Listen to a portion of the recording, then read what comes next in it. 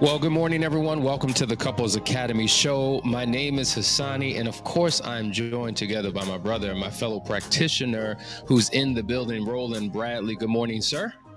Good morning, man. How are you doing today? I'm doing phenomenal today. It's good to be here. It is Thursday. That's right. It's Thursday. The week is almost over. I hope you've been having a phenomenal week. We've been talking all week long about infidelity, what happens, how to overcome it, those who stay, what do they have in common. But I think it's time that we got to roll back the tape. We got to go to the beginning. We have to have the conversation about why these affairs happen at all. So many people are struggling with the why. They don't understand the why. Oftentimes, the person engaged in the behavior, him or herself, they don't understand the why. So we're going to give a comprehensive unpacking of what that is. It will give you pieces to the puzzle to help put this whole picture together so that you can begin to heal, get the clarity you need, the closure that you need to be able to move forward. Before we start, understand foundations, man, we are popping, man. The community that we have in there, I tell you, they are loving it. It is interactive. There's so many aha moments and breakthroughs. All you need to do is sign up, give it a try. It's $1. It's $1 trial for 15 days. If you like it, keep it. If you don't, bounce. That's just how we do. We don't want to lock you in, but we want to give you what it is that you need.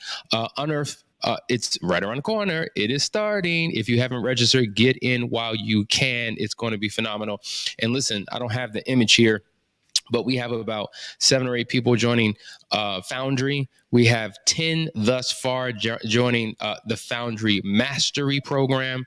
And there's a number of people who are trying to get in. We cap it at a certain amount. We don't want it to get too big.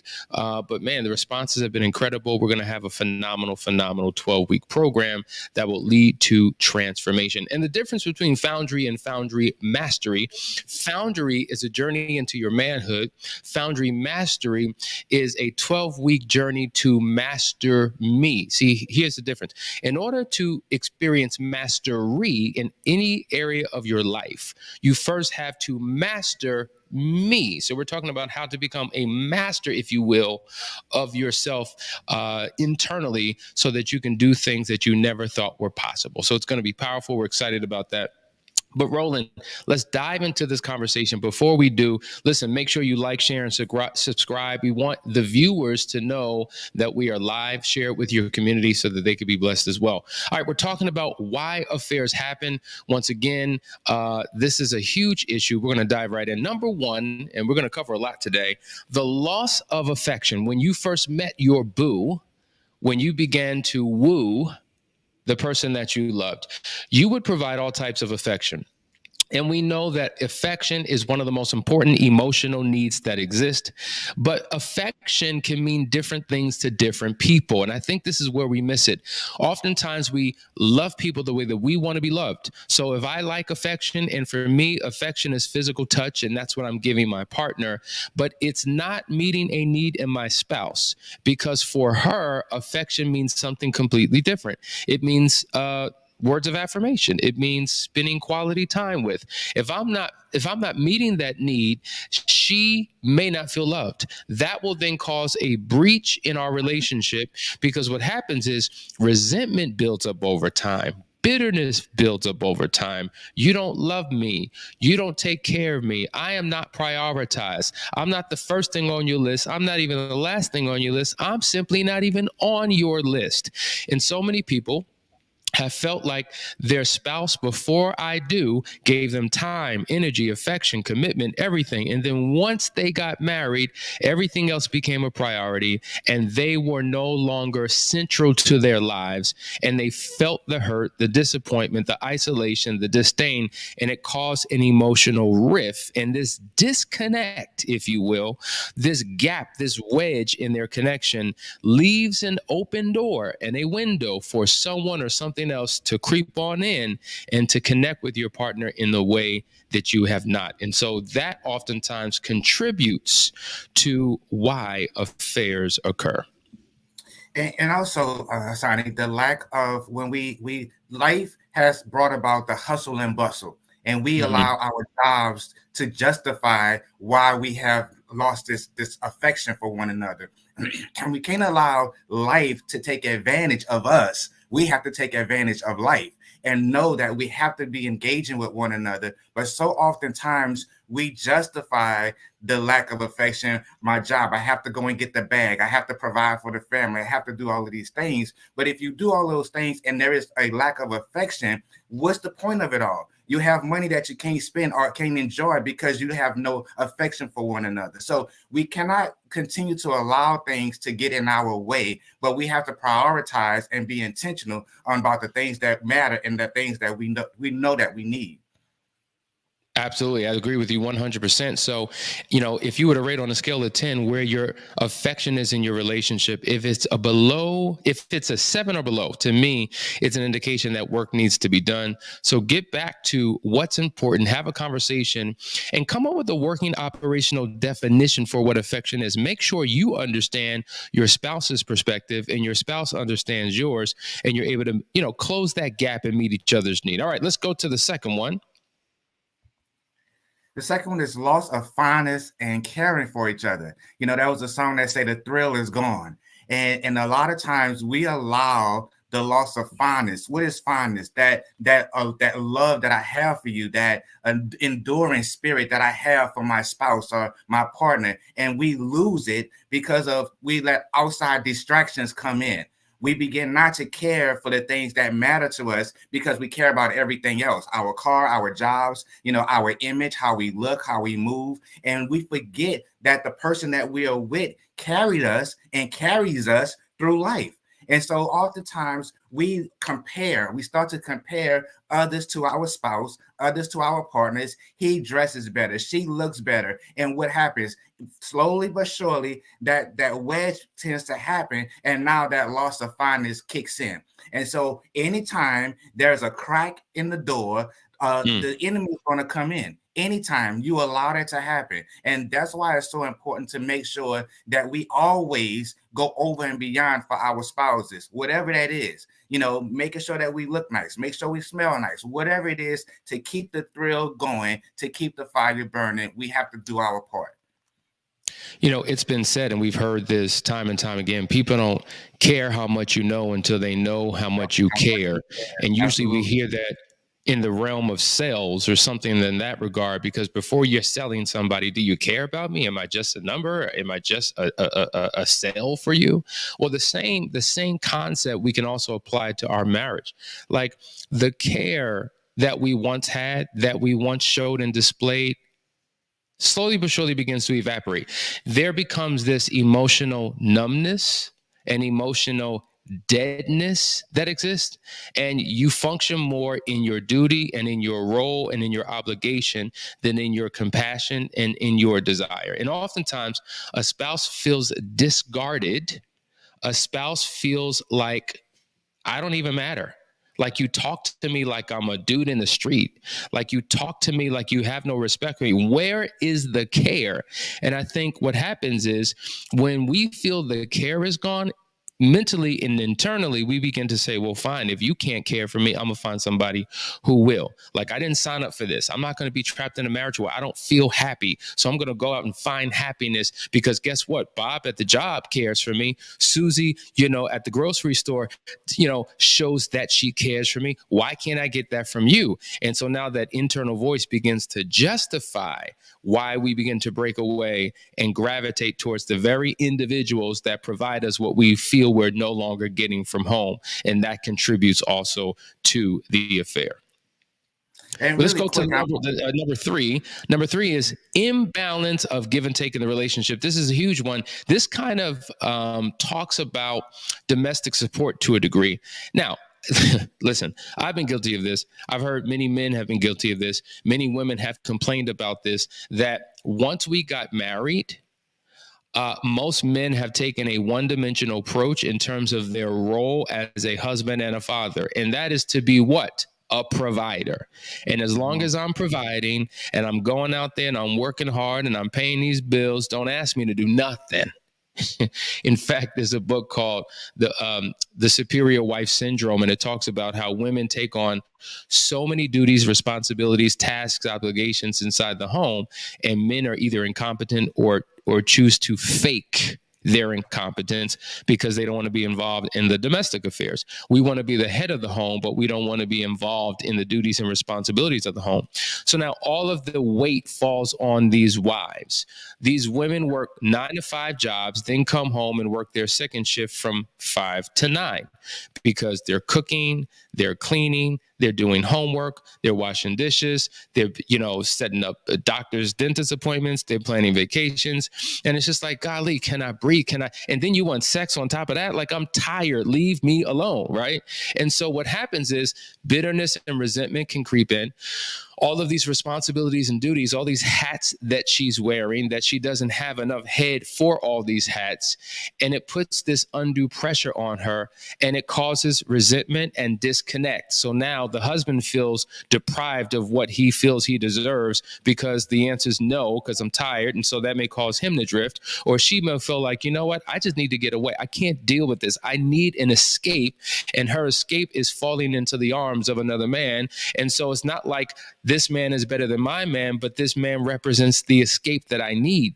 That becomes the justification in people's minds. So you can see how many people do marriage wrong instead of doing it right. And because we don't know how to properly manage living together and operating as partners in a relationship, it could lead to the slow demise, which ultimately leads to the betrayal.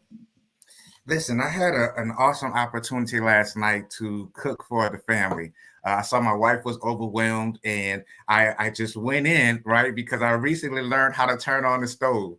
And so I went in head first, and I cooked for the family. And for her, it was almost a release because she saw that I cared. She saw that I was willing, now whether it was good or not, I don't know. But everybody's plate was clean. But I went in, I saw that she was overwhelmed. I saw that she had a lot on her plate, and I was trying to do my best to step in. And a lot of times we don't want to do that. We want to give excuse. We want to act like we can't do things, or we want to not give into being able to assist. And the breakdown happens. We know that there was a slow process before the breakdown actually happened. We know that there was some resentment building up before the bottom fell out. But a lot of times we want to turn our head and have like a blinded eye and don't want to do our part. Domestic support is actually huge on both parties. And when you work as a team, you can get more done than always just sitting back thinking that, just be served, just be served. The Bible says the greatest in the kingdom is the one that is able to serve. And so we have to reverse the roles sometime and make sure that we do our part as husbands and also as wives. Excellent point. We're talking about why affairs happen. I hope this is making sense. I see your questions. We're going to come back on the other side of this break and dive into the comments because the chat box is blowing up. You done started something up in here, Roland Bradley. We'll be right back. Stay right there.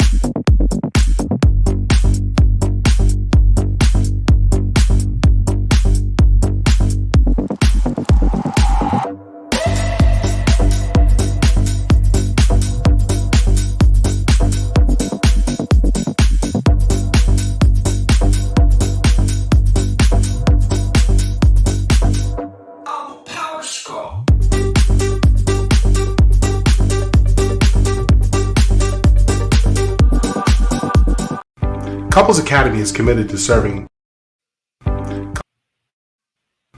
Couples Academy is committed to serving couples.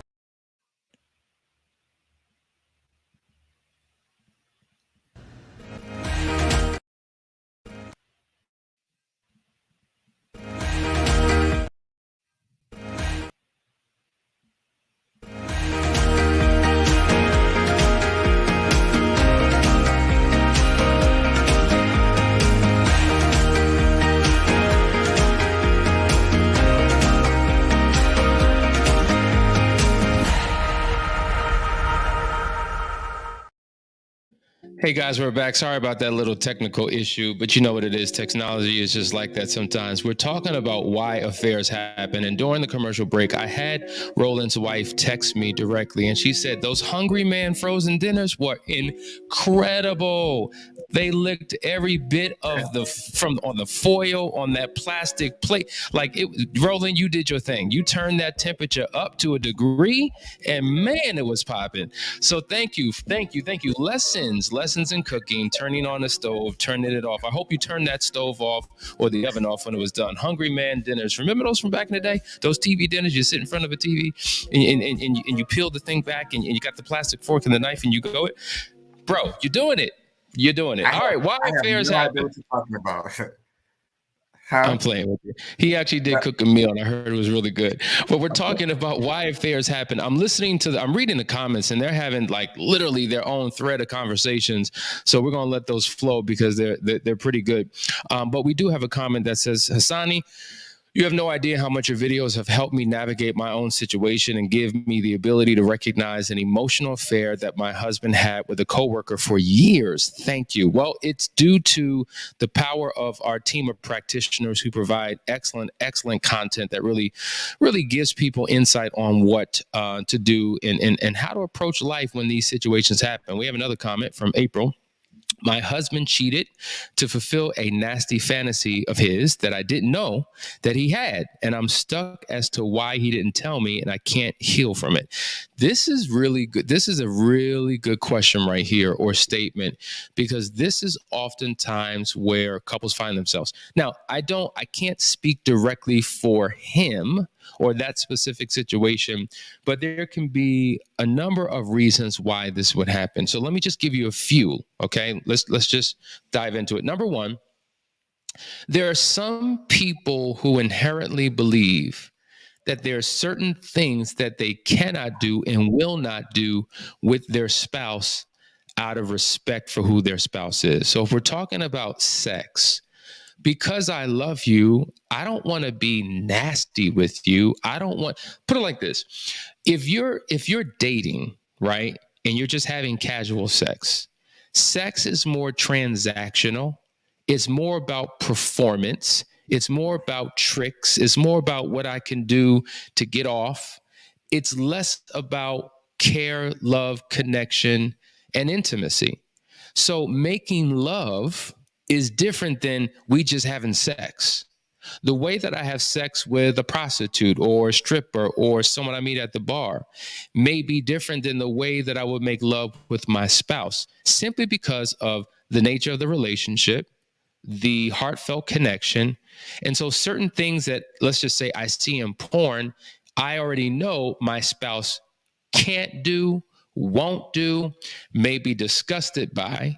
Maybe there's things within our sex life that I've attempted to ask or explore, but my spouse may not be as open. I'm just giving scenarios. I'm not saying that this is you. And so I need to fulfill the fantasy. And I know that because I don't care about her, because I may be paying her, or because I'll never see her again, I'll do whatever I want because I don't care. But my level of care won't allow it with my spouse.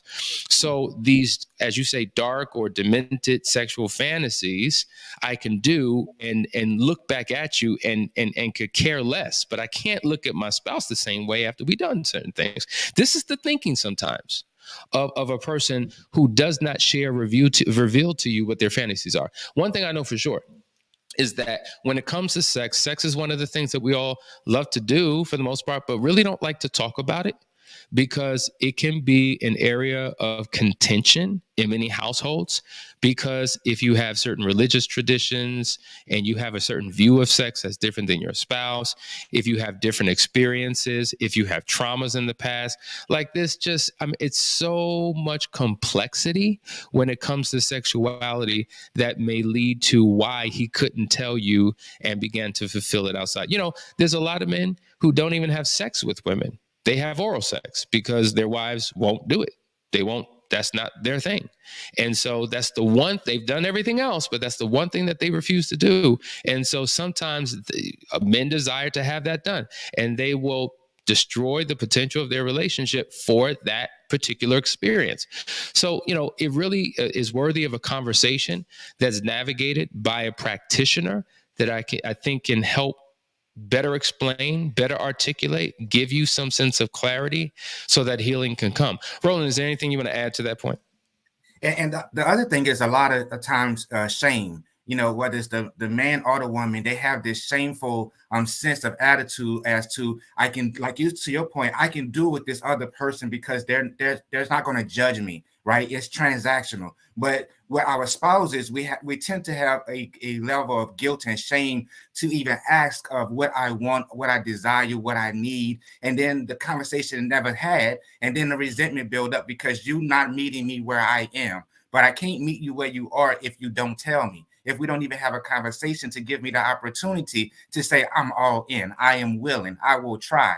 And so a lot of times we justify our behavior based on our non-communication to our spouses to give them an opportunity to part in, to weigh in on the fantasies that I so-called have. And the other thing is that we cannot allow past trauma of things that we've seen to introduce us to this type of nastiness and bring that over into our marriages and think that it's okay. Like, this is how it's supposed to be. No, it's not how it's supposed to be. We have to underline what works for us. And so oftentimes we don't sit down and have conversations to say what actually works for us so that we can be all in for what works for us. We want to just keep bringing in outside forces and try to make it work, and it will never work like that. Excellent point. Excellent. This is a great conversation. I know there's no way we'll get through all of these, but let's go to the next one. Hit it, Roland.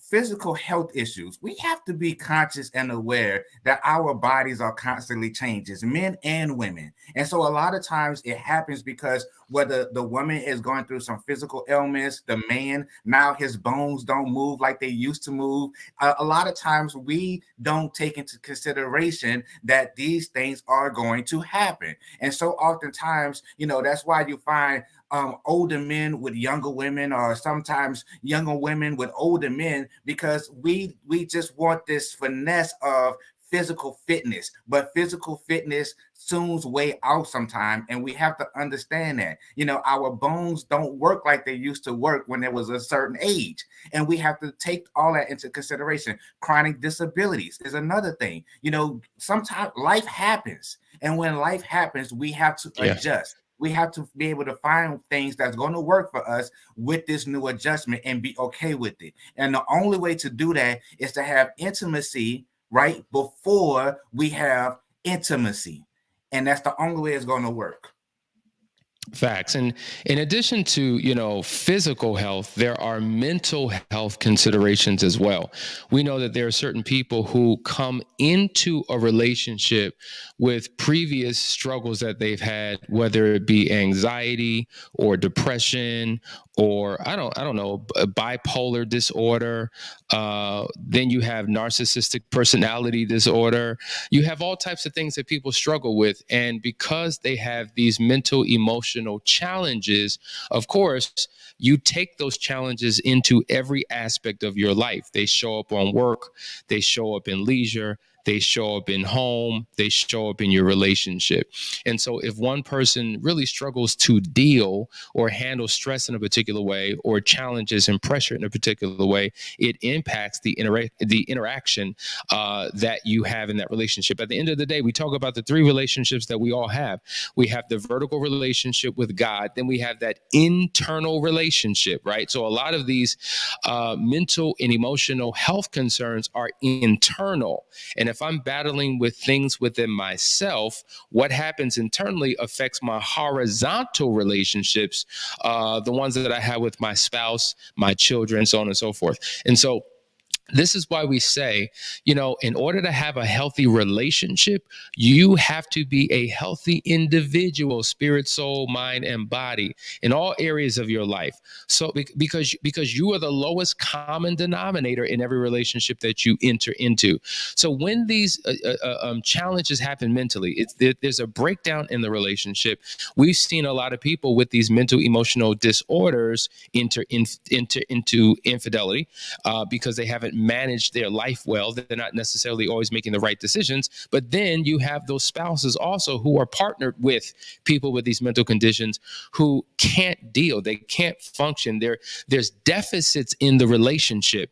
And this is what we call the marital void. So when we talk about the four different types of infidelity, one of them is the marital void. And if there's something that's missing or void in the marriage, I may wander off to pursue what I'm not getting in the marriage from someone else. And this contributes to the why people cheat. All right, let's go to the next one. I hope this is helping. Roland, hit it. The next one is addiction, and it could be an addiction of any kind. Addiction to sex, sex. Enough is just never enough. And then it leads to, my spouse is giving me an abundance of it, but I still need more. I still want more. And so we have to go outside to get more. Sex, addictions to gambling, addiction to drugs, addiction to alcohol. All of these play a role in the demise of our marriages and our relationships, because we are looking for something to satisfy the urge that we have. And addiction can cause us to spiral out of control, to spiral into dark places, and then we don't understand why. And then we try to mask our addictions with sex, or try to mask our addiction with trying to overcompensate in other areas. That's a clear sign that something is wrong and you need help. Overcompensating for the addiction that you have and not being able to take care of your spouse, not being able to take care of yourself. And that's when that mental health issues start kicking in, the physical health issues start kicking in, because we don't want to get help. We try to, self-medicate ourselves with an addiction that is already killing us. And we have to reach out. We have to be willing, man enough, woman enough to say, I'm humble enough to say, I need help. And that is for your relationship, your marriage, yourself. You have to be willing to do so, because addictions can kill us slowly. Yeah.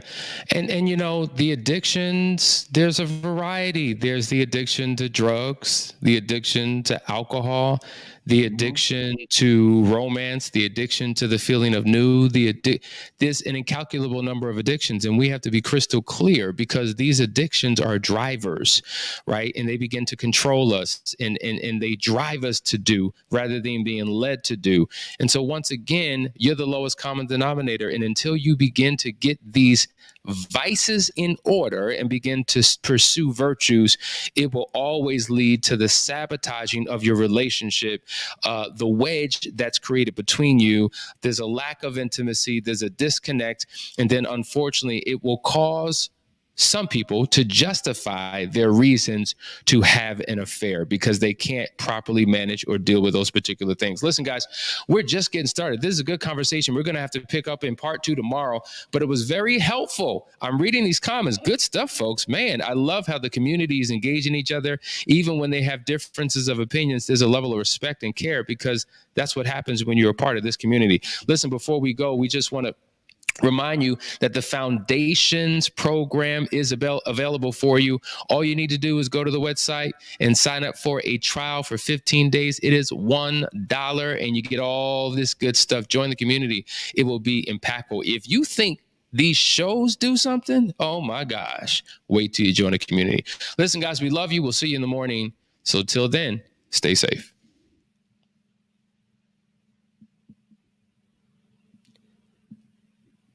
That means we're done. And that means we're going to close the show. I tell you, the technology issues are here, but we love